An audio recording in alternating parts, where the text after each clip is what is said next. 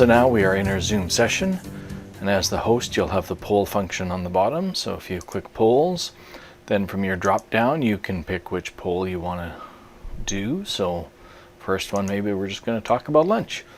And so when you click launch polling, this is what it appears like on the iPad, and they would just pick their results and hit the submit button. And this is what it looks like on a computer screen. They make their selection, hit the submit button.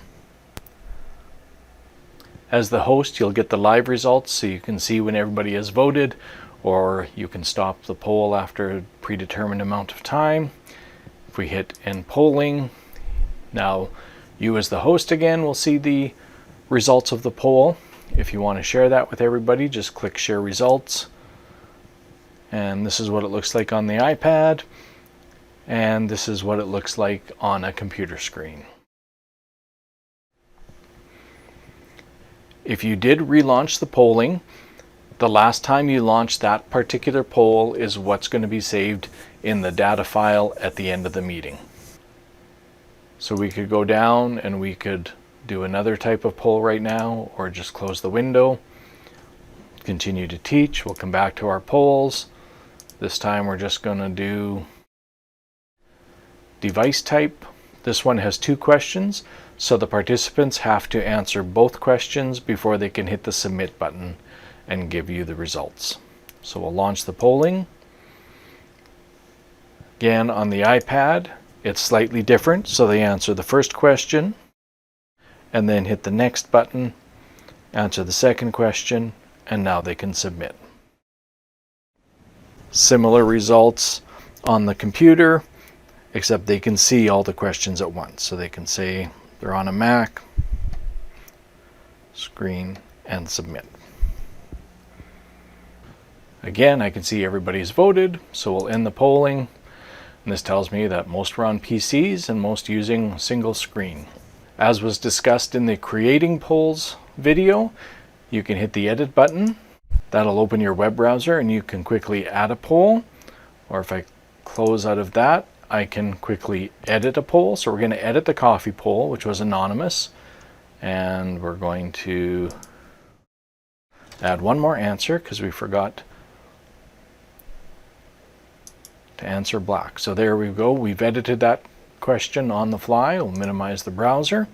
Go to my drop down, go to the coffee poll, and I'm going to launch that one. So this one is multiple choice, and we've also made the results anonymous, so we'll look for that when we do our report at the end of the meeting.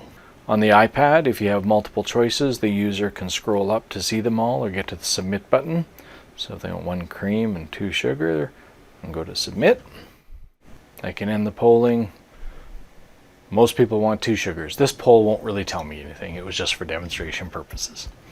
So now we will end our meeting, and then we can log into the report section on the web portal and have a look at the results of our polls so that we can download that information and use it.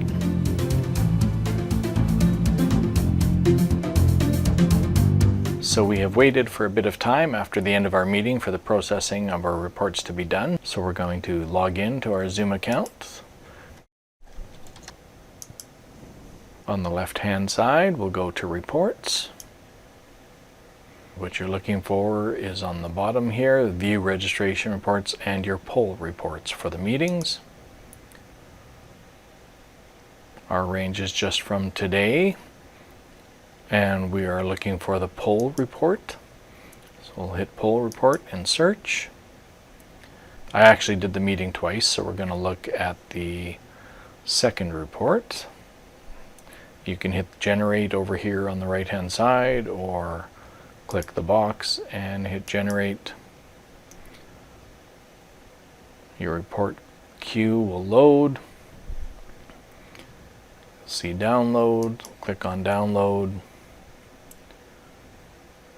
And we're going to open it with Excel.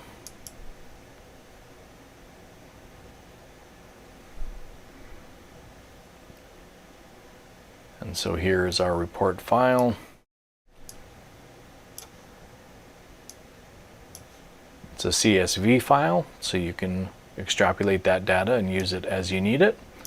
So there you'll see the username, their email, the date, time submitted, the poll question, what they answered,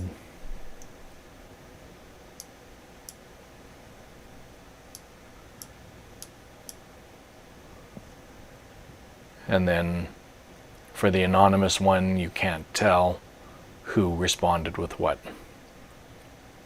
Whereas on the other ones, you can see what username responded with what answer. You can save that data and you can use it as you need it.